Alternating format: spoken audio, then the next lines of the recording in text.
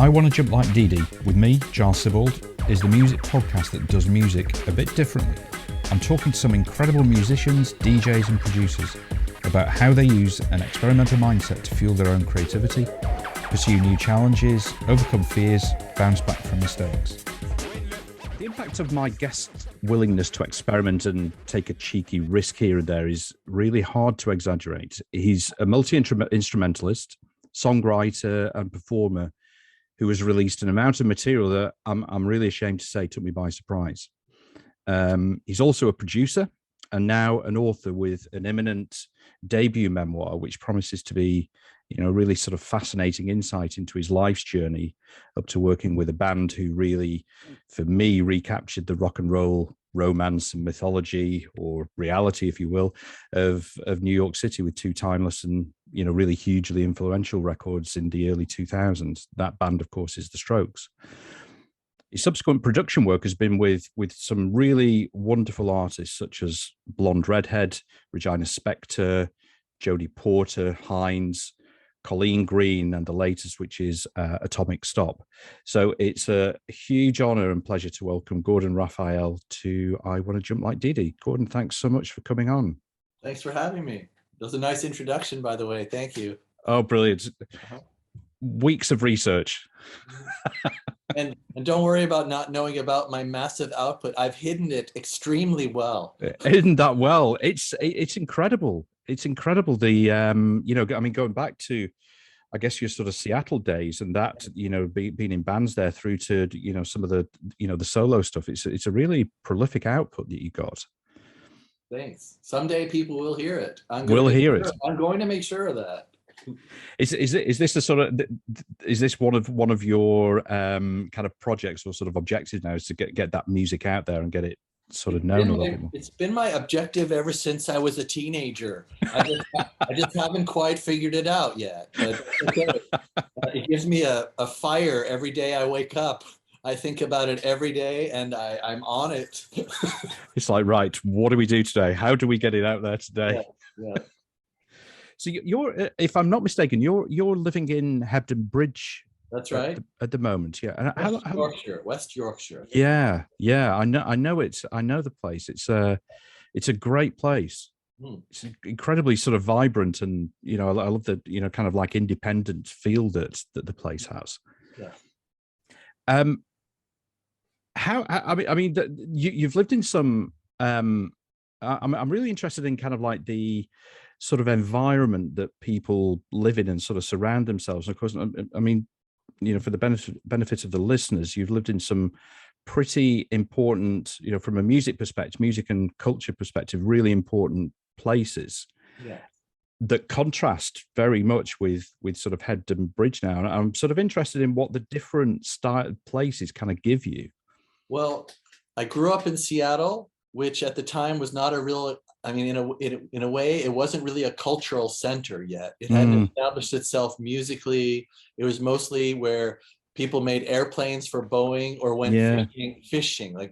And being a creative, wild-eyed artist wasn't something that was really understood or really widely accepted, but there were a whole bunch of us. So we understood each other, and there was a beautiful scene. And I go into a lot of detail about this in my book, because it sets the stage for everything else. Just knowing that there were other crazy people devoting their life to guitars and synthesizers and songs and performance gave me a good, fertile start in a culture that really wasn't like it wasn't accepted. There was maybe one or two venues you could play original music, and that would be a one day a week. As opposed to like what was going on in London at the time, or LA, or, it's very, very small. And then I moved to New York, and I moved to Los Angeles, I moved to London, I moved to Berlin, and all those places. I had good luck in all those places. By that time, I had kind of established a repertoire of abilities and music. So I found people quite easily in those places, and they were very good. And most of that was except for Berlin, was pre-internet. Yeah. So, your ability to influence people or to affect things was very much local. who could you meet, what clubs were you playing at, you know, who's going to be there. And now, of course, I can live in Hebden Bridge in a tiny village with a canal and a river and, you know, one great venue, the Trades. And I don't feel like I'm in a tiny village at the end of the world, because I'm communicating with people like yourself in London. Yeah. You are in London, right? Yeah. That's right. Yeah. I'm communicating with London and Seattle and Germany and all over the place because of the internet. I feel very connected. And even in Berlin, it wasn't a culture that was very supportive of me, but it was still a fine place to live. Like, I couldn't really play my music. There weren't rock bands for me to record there. It's a techno computer-based scene. But my house was cute. I had a bicycle, great places to eat, some cool people to meet, and the airport was only 30 minutes away. So I was flying everywhere. Like, I was more working in Brazil and Argentina than in my hometown in Berlin. So it's funny, actually. I remember a few years ago, I went with a friend of mine to Berlin. I think it was maybe about 4 years ago, when we went together. It was his birthday. We went together, and when we checked into the hotel, the person that checked us in said, you know, if you're so for kind of nightlife, and they just reeled off about in the district. We were staying just north of Kreuzberg, on the border with sort of Friedrichshain, just north of the river, by the the East Wall Gallery, the East Side Gallery. Yeah. Sure. I was just staying there last month. Exactly. Really? Exactly that place. Yeah. And they said, and just reeled off a list of venues which were all techno venues, and I just said, you know, neither of us were. Well, my friend certainly wasn't into sort of techno. I said, that's probably not. And the kind of look of surprise, absolutely, was kind of incredible. I was like, okay, yeah, we're in sort of techno city, definitely. Yeah, it's like when you go to Belgium and you say, I don't really like pommes frites. Is there something else I could have? Like, what did you come here for exactly? What are you doing here? There's Paris is over there. It's over there. It's like, it definitely. They're very. It's been, you know, there's not many actual industries in Berlin. They don't. But techno is their industry, and has been for decades. So many people go there to make pilgrimages to certain places on the techno map. Yeah, so it's more common than not, really. Yeah, absolutely. Yeah, I think you mentioned a really good point actually earlier about your kind of younger days, about pre-internet, and how when you're in sort of Seattle, and Seattle is at that time is not a sort of particularly strong cultural hub, and the work that you have to do to kind of find your people, the ones that you connect with. It's a kind of really different mindset that you need to have. Absolutely, completely different. It involved going places, and it was a very physical interaction. Yeah. Now, if I'm not mistaken, your dad was into jazz, and he was also a scientist as well. Right.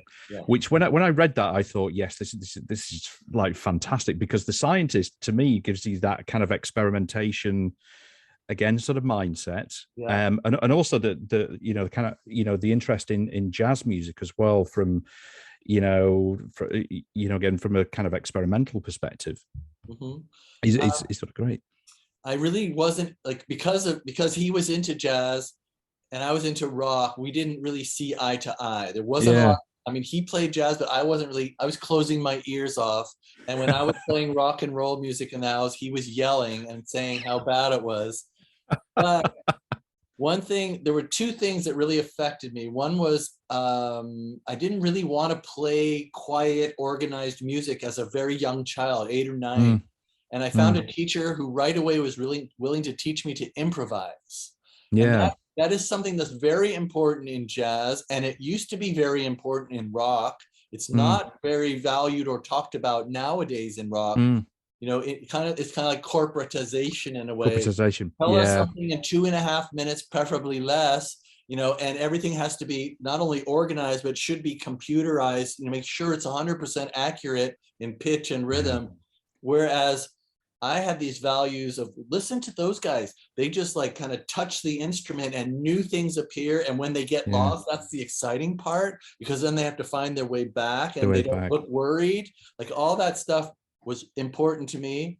And then I thought, you know, I'm not the most talented pianist. I'm not going to, that's not going to be my calling card, is how well I could do chord voicings. I had other friends that could do that way better. And I wanted to establish an identity.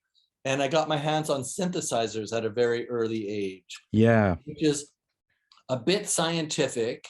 I mean, there are physics reasons why those sounds are made. And I didn't learn those. Like, I don't know how electricity works and turns it on. Yeah. And if it's broken, I have to take it to a repair person. So I'm not going to go in and fix it myself. But I learned by just dedication and sheer willpower how to make sounds with them and how to make music with them.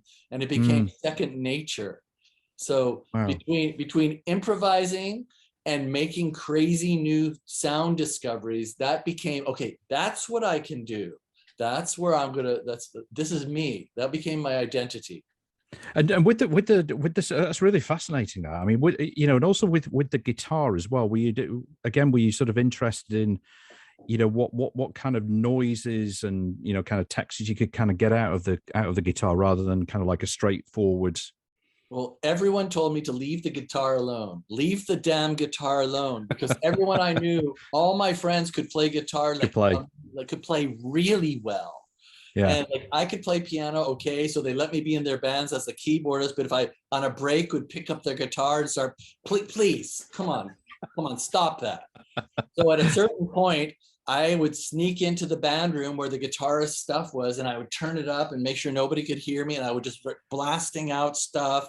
And I thought, this is so cool, because even at the age of 18, I could recognize that with keyboards, I've studied it. I know these notes are very easy, you know, you just have to hit them. But with a guitar, you have to actually wreak out something. You have to, it's not so logically set up as a keyboard. And because I know what I'm doing with keyboards, I know the scales, I know the chords, it comes from a different part of my brain than this primitive instrument that I don't know what I'm doing, but I like it. And if I put enough distortion and echo on it, I'm really doing something, you know?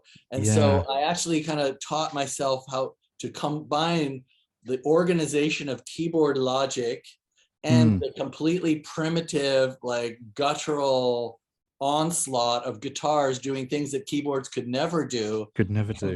Combine that in my compositions.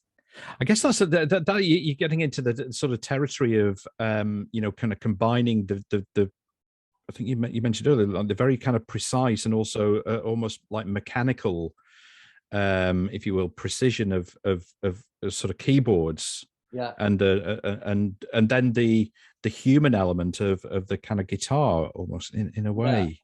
Yeah, I mean, it's interesting. Bending notes on a synthesizer, you know, it's just night and day different than pulling down a group of strings and hoping for the best with that the distortion and modulations that are happening are going to create magic and not a nightmare, not just a embarrassment. So with the that kind of mindset of trying things out. Yeah. Did you know when you? I'm interested when you're sort of surrounded by other kind of musicians, some who maybe, you know, very, you know, sort of technically trained, you know, play all the arpeggios and chords and things like that, and then and you're kind of experimenting with sounds. How did that sort of make you feel, that you know, where you're trying things out and maybe feeling your way around things? Well, for some reason, I don't know if it's because I started off school with good grades until I got into drugs or something, but I always attracted very intelligent, really incredible musicians who were my friends. Yeah. And they were always kind of looking down on what I was doing in every, even my dad telling me the music I listened to was not worth listening to. Don't touch the guitar. You played a wrong chord. You know, it's like I was getting negative feedback on every front.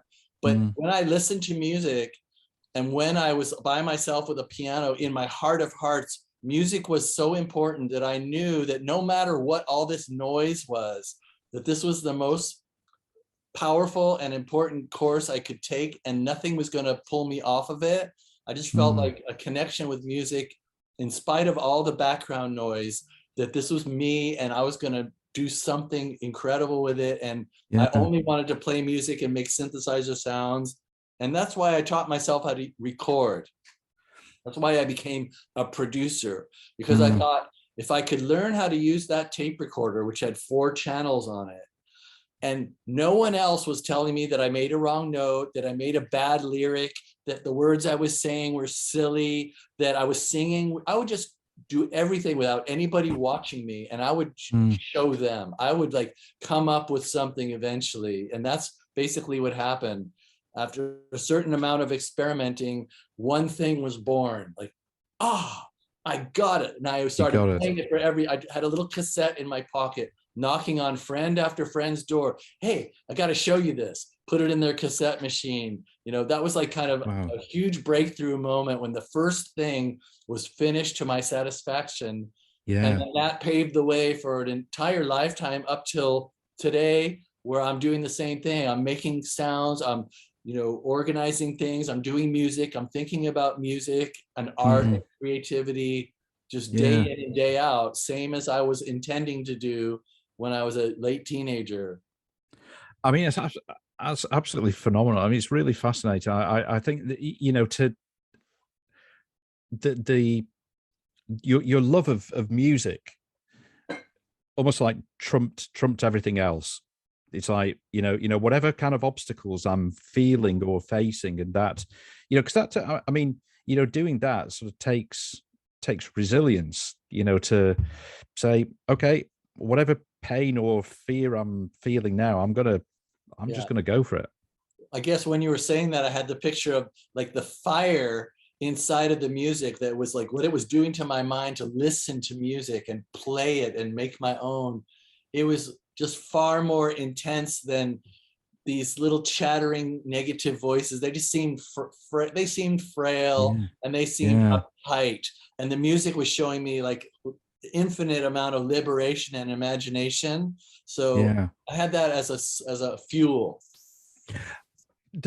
I read a wonderful story that you told about your when you met Wendy Carlos. Yes. Which I mean, I don't know if you want to tell that, because I think that's really fascinating. I think that gives a kind of great to what we were just talking about. I think that gives a fabulous, you know, kind of example of that. Right. I'm not going to go into the whole story. No. I've said it recently, and it's in my book, and it's on my website. Yeah, sure. But suffice it to say that hearing some things that she was doing with synthesizers, you know, was part of that fire. You know, I had like Jimi Hendrix helping me think about guitar.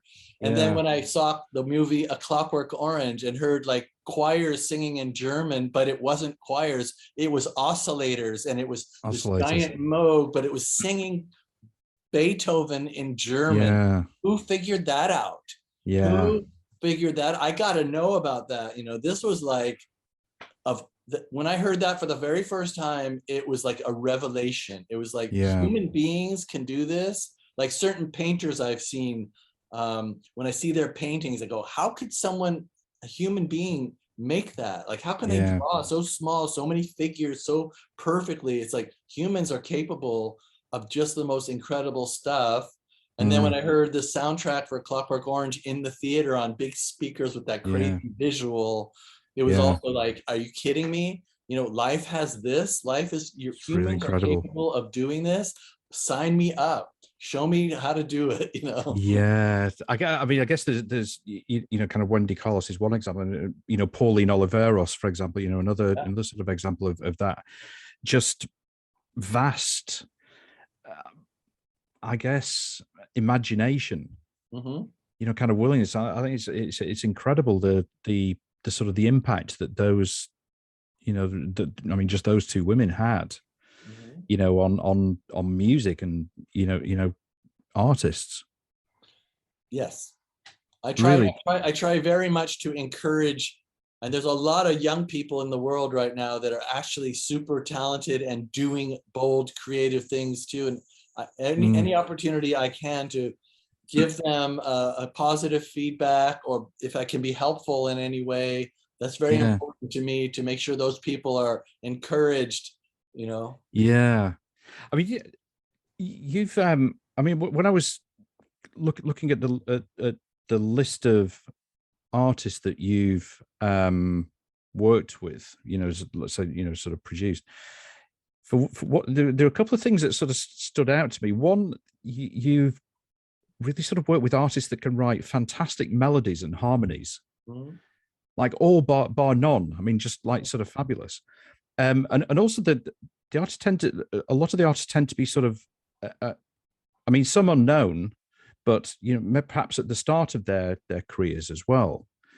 I think that's something very important. You know, I'm glad you observed that, because really the fact of the matter is, I don't know, I've been producing and making music since forever. And I've been kind of in the public eye, or known about, since the Strokes, which was now 20 years. We just celebrated last year the 20th. Yeah, the 20 year.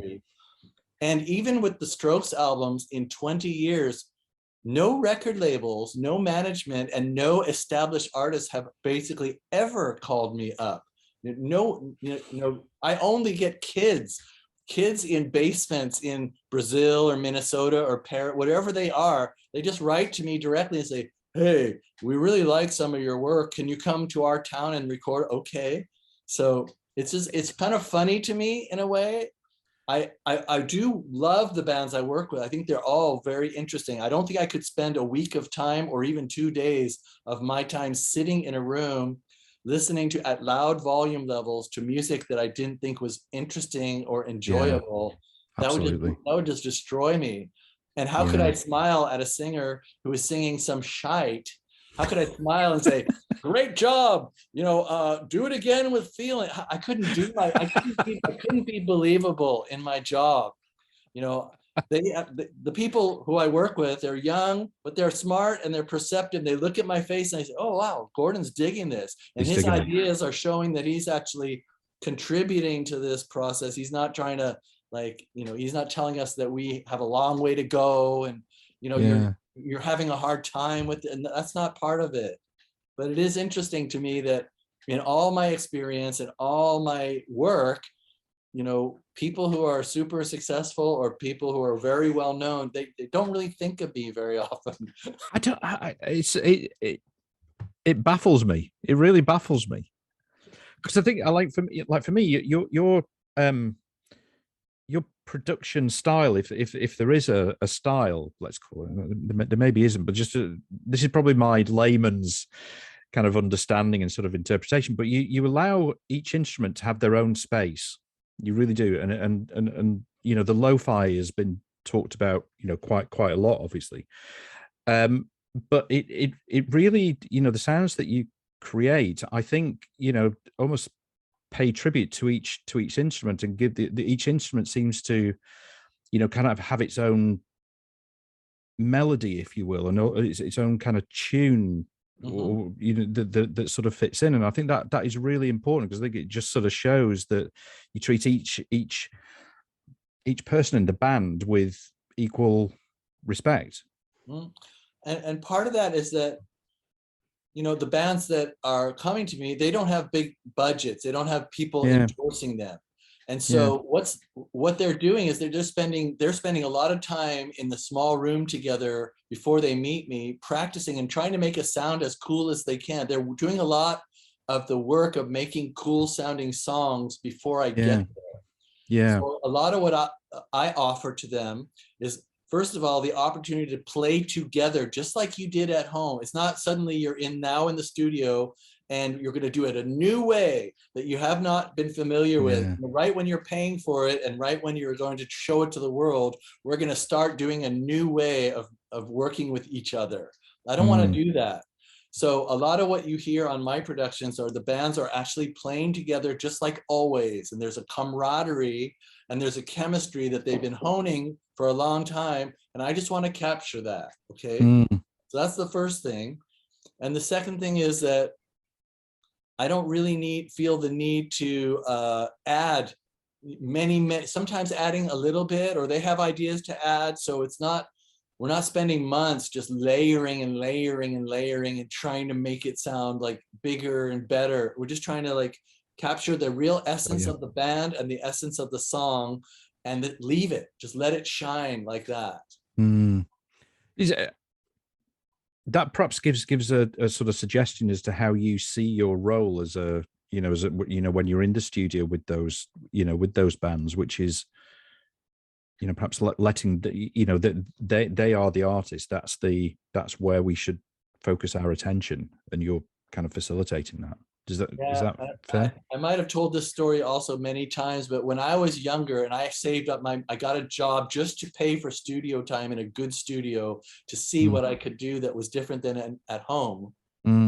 And the guy was such an expert, and he told me exactly, if I said, I have an idea, while the drums are playing, let's record it on 5 different tracks. One with a big reverb, one with a small reverb, one through my guitar fuzz pedal, one backward, he said, we don't do that. That's how you do it at home, but we don't do it here. Just believe me, And so I had somebody counteracting my creative ideas, and I thought, I was never going to really be a producer. I was going to be working on my own music. And once I became a producer, I tried to make it so that the people I work with don't experience that from me.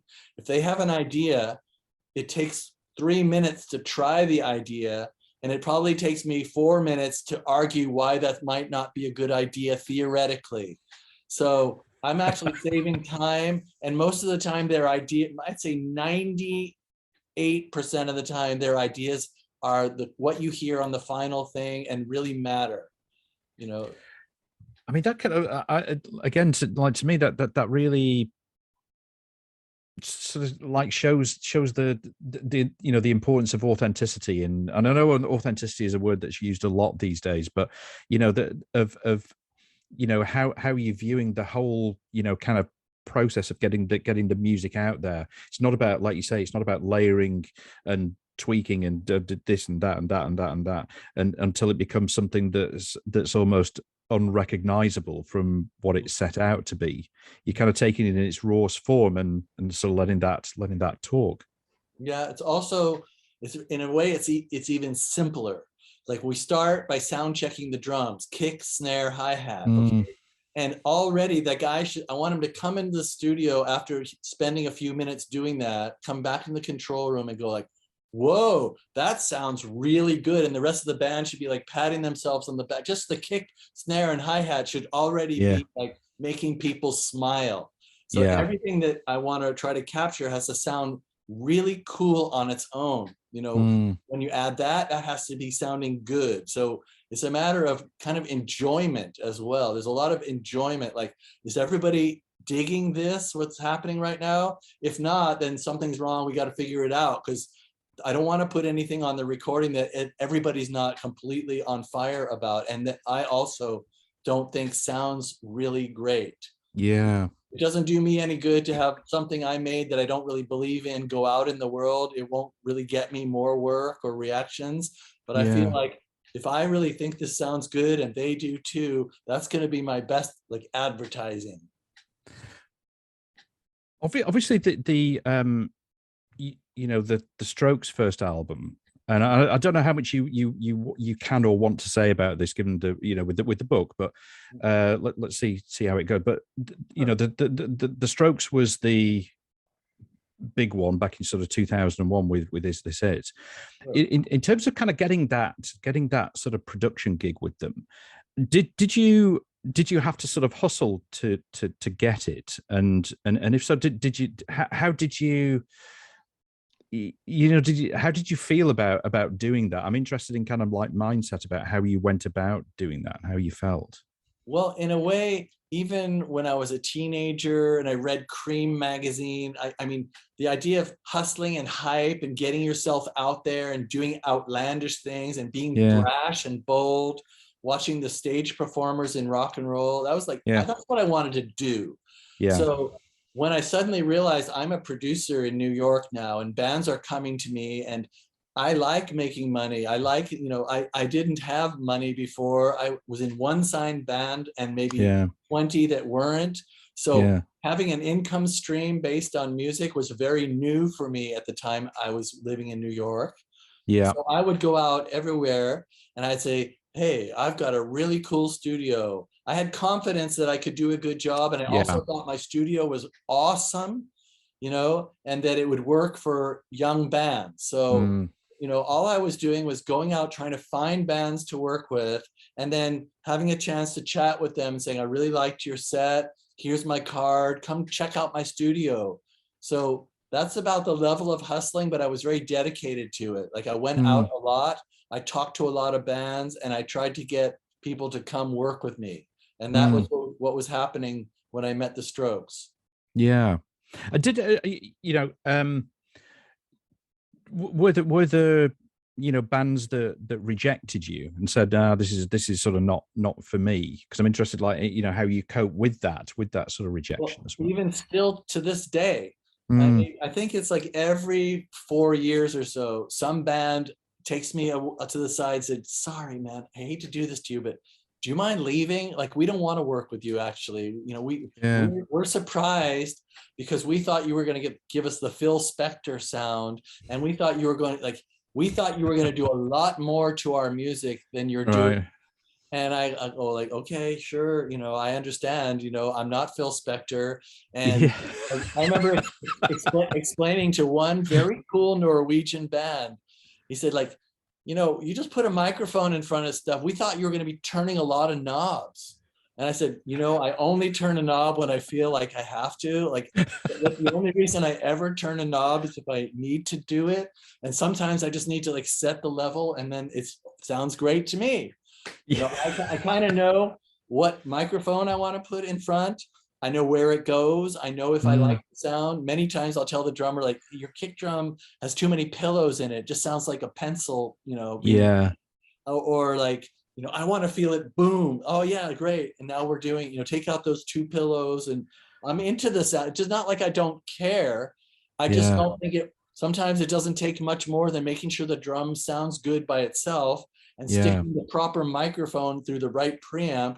And if you're listening on good speakers, it should sound like, oh yeah. I mean, really, again, the band should be patting themselves on the back, the ones that are staying and listening, because they think it sounds cool. And that happens.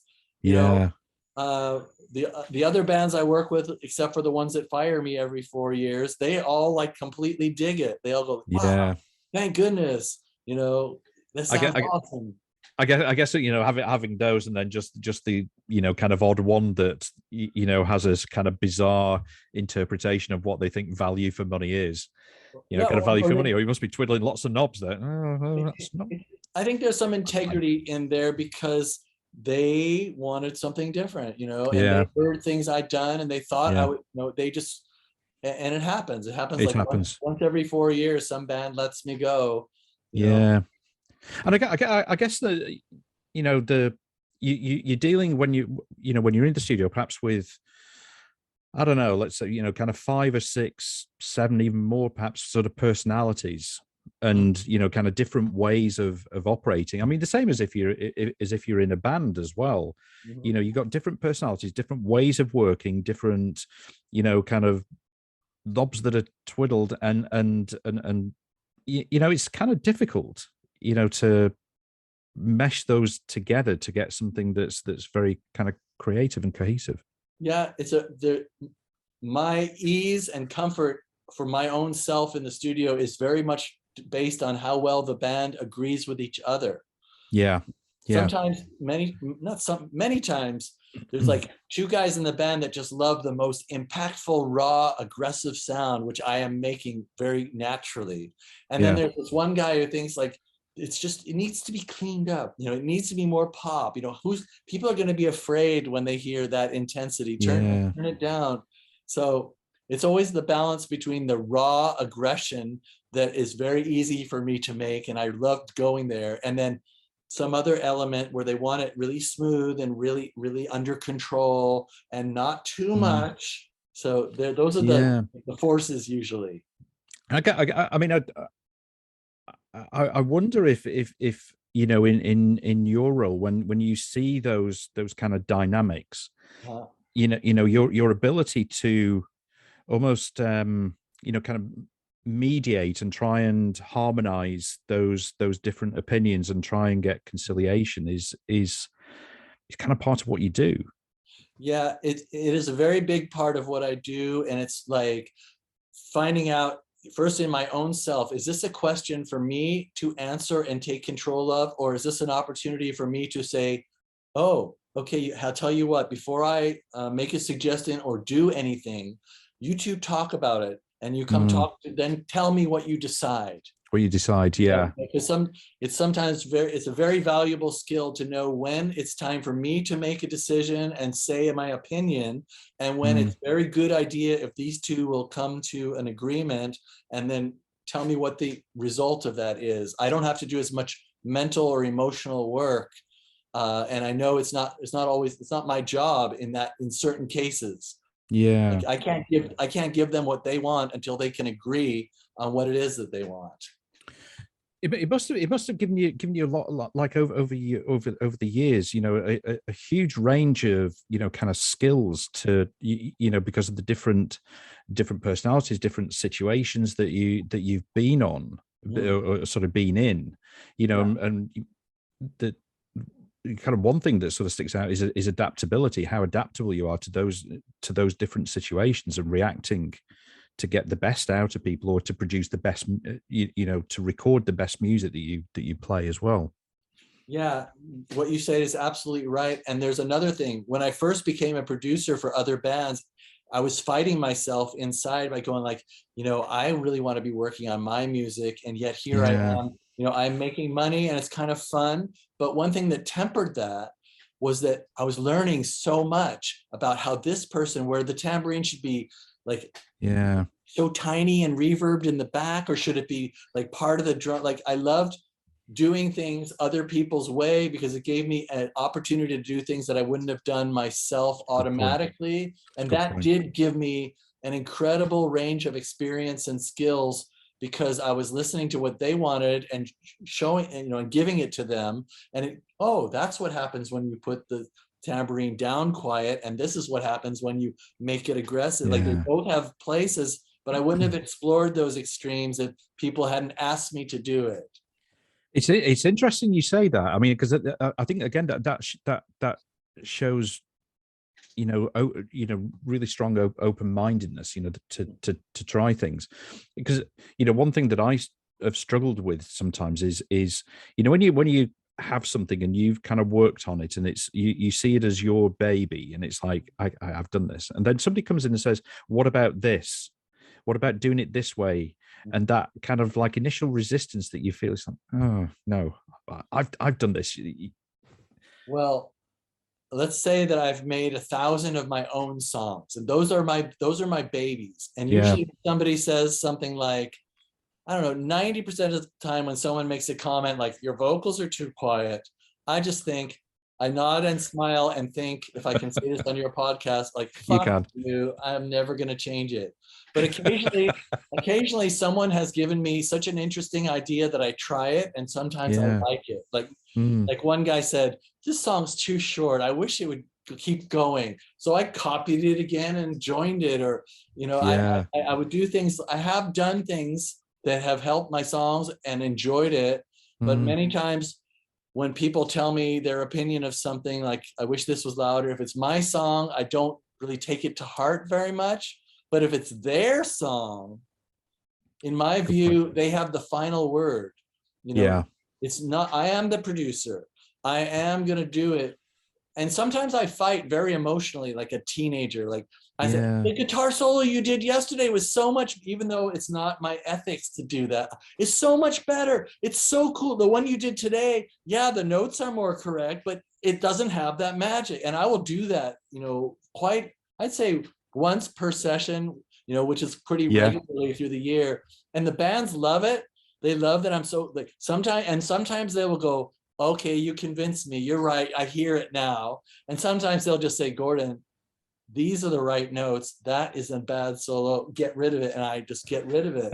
But I do find myself emotionally fighting for my corner on someone else's music sometimes, but I'm always in the recognition that whatever they actually decide after my impassioned display is what's going to happen because it's their music, for goodness sake. That's true. I mean, that's interesting. That again, that you can sort of take a step back, but you can also, I guess, kind of read the room, read the personality, and say, okay, well, I feel, I can say this, and if they take it on, they'll take it in a good way. They might not agree with it, but they'll take it in a kind of good way. And I think that's where instinct comes in, isn't it? So that. Yeah, and also they have to know very early in the process, like within the drum check, the first moments of the drum check, that okay, this guy is listening to me, because when I said I wanted to put a different cymbal on because this one isn't right, he didn't give me any resistance. He didn't want to save time. He just, okay, do that.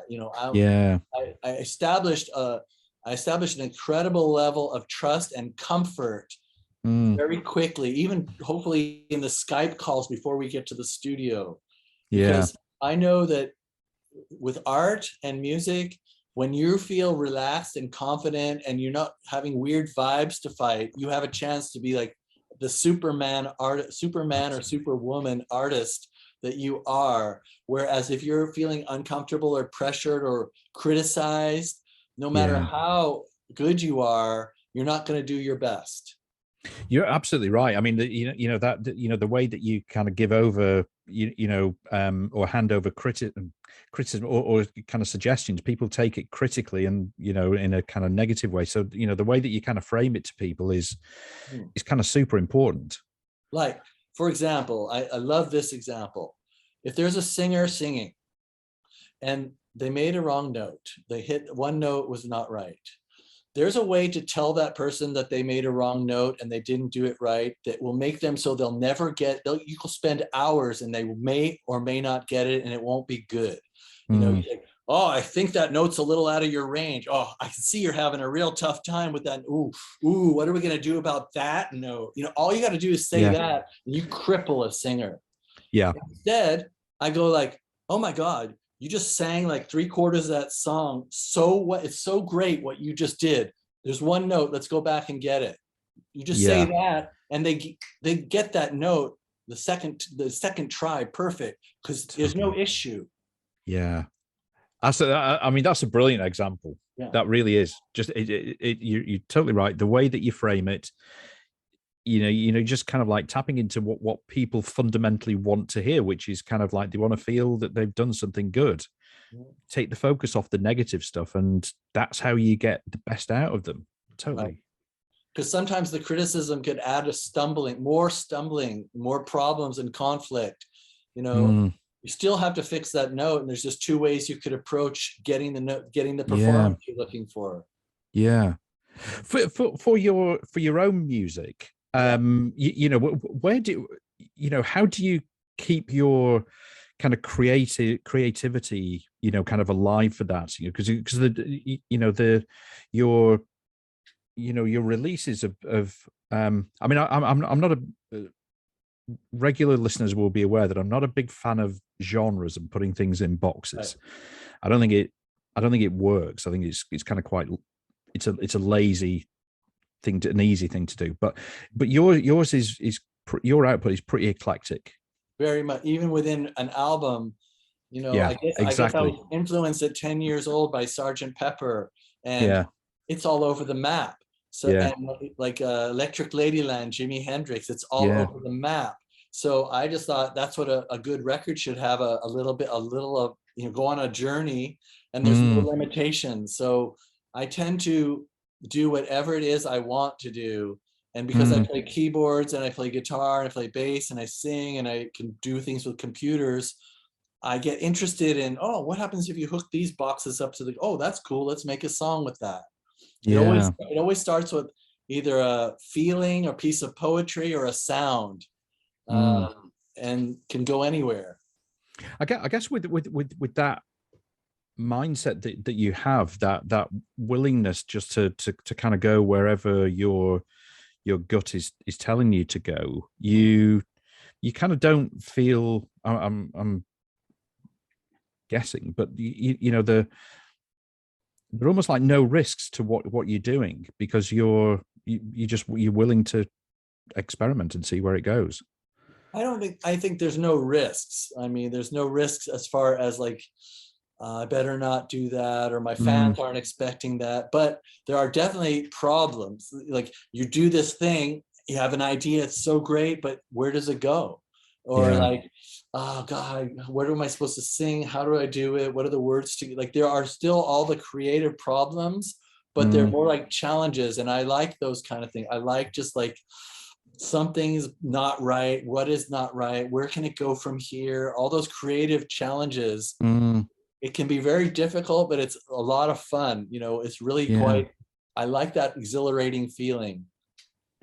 You mentioned you know, about you know, risks that perhaps some bands have of producing some, or putting something out there that fans won't like, or may have a negative reaction against. Do you feel that that's a sort of problem, you know, generally for sort of creativity, that it's almost there's too much thinking about the commercial aspects? There's so much worldly trouble and pressure for creativity. You know, I tend to think that there are many forces that would prefer if people weren't creative. Like, certain systems are able to stay in place and thrive when people hand the thinking over to them. Like, you don't need to think about it, we'll do it for you. You just need to press the button and get your wallet out, you know? Yeah. One of my favorite examples is like, even when again, my hero, Jimi Hendrix, you know, and every band that came after him forever will have experienced that. He makes Purple Haze, and then for years after, when he's trying to grow and change and show them new music, they're just howling Purple Haze at it. They're just yelling at him to play the song that they like. And the look on his face, or even I see it with the Strokes. I see it when the crowd is just screaming for some old song and Julian wants to show them the new songs. You know, nobody can disguise that feeling of like, Jimi Hendrix said it great. He said like, hey, calm down. He, like, when I say toilet paper, that's when you come rolling out. Whatever, that's just something that he said that I felt was relevant to this topic. It's very true. I think it's you know, I think you know, that you know, kind of commercial pressure. I don't know. I mean, you know, there's much more music sort of being created now in you know, in people's rooms, you know, sort of home studios, and you know, because of, you know, technology is allowing that now. And perhaps, I don't know whether that will sort of is tide is sort of starting to change. That I mean, I think there's so much incredible music being produced now. Yeah, I agree. And I think that like creativity and music are unstoppable forces. You know, I think in every culture, in Russia, in China, in US, and UK, you know, there are people in bedrooms making incredible music without, just like me, without anybody looking over their shoulder. And very important, and people love it. You know, a lot of new stuff and young music is coming out with quick, giant followings and people passionate about it. So that's the good news for sure. And I think also, you know, the that kind of blend of technology and human, you know, that kind of interaction. I think it's almost like sort of coming back again, coming sort of full circle. We tend to work in cycles, don't we? You know, and you know, I always notice with actually, well, obviously with, you know, with the Strokes, but also with Colleen's album as well. That kind of blend of, you know, because she sort of previously used drum machines, right? But you still managed to capture that drum machine kind of psyche almost, but with a human being, which I think is amazing. I'm very happy you're talking about that. Not enough people have mentioned that phenomenal record, Cool by Colleen. It's amazing. I mean, she's very special, and she is one of the, like most artists I work with, very active in every aspect, like the composition, the sound. You know, she's really on it. It's her art. So this was her, you know, I was working with her ideas, trying to make sure that they were coming through. which he certainly did. I think it's a terrific record. I was so excited when it was coming out. So I was like, oh my god, this is just brilliant. I mean, she's just brilliant. She's one of my, I'd love her as an artist, you know, as a musician. She's brilliant. And it was a terrific record. Some really terrific stuff on there. I agree. You just turning to your book, which is coming out later this year. Was it around about the middle of this year? I'm estimating early summer. Early summer. Okay, great. And I mean, again, that you know, kind of process of kind of writing, you know, and getting into that sort of mindset of writing your sort of memoir up to that point must have been an exciting experience doing that. It was a very exciting experience, and it was only made possible by the pandemic, because any free moment I would normally have, I'd rather walk into a cafe, I'd rather go see friends, I'd rather go and do stuff. I don't like to sit down. And writing a book involves an incredible amount of sitting still and thinking. And so I couldn't go anywhere. What was I going to do? I was either going to make a new album, or I was going to write this book. And this little voice said, you have no excuses now. You're sitting anyway. Try this out. And once I started, it was like, I've been wanting to do it for a long time. And so it was very much a fun and enjoyable process. I had to do a lot of research on my life. Luckily, the online has every set list from every band. And when was that show? Oh, there's the set list, there's the date, there's the gig. So it's incredible, isn't it? Yeah, I was able to do a lot of research on the times and dates and places of my own life, just to make sure I wasn't like misrepresenting the storyline. Yeah, it was really incredible to do like that kind of research online, just real scientific dates and times and places research. That's incredible. Yeah. Well, I'll be buying it when it comes out for sure. I'll be absolutely fascinated with it. It's I'm really excited for that, and I'm so glad you've written it, because I think the story will be incredible. I think it'll be really exciting. We're gonna have 1 or 2 book launches in London. So brilliant. I hope you'll come down. I will for sure. I will definitely be there for that, Gordon. Brilliant. Okay. Well, thanks so much. That's been absolutely fascinating, and I can't thank you enough for coming on. It's been a real pleasure. Thank you for having me. Really. Thanks for listening to the show, and I really hope that you enjoyed it and that you'll tune in for the next episode. In the meantime, it would be really awesome if you could rate and review the show, and also share it with any friends who you think might enjoy it.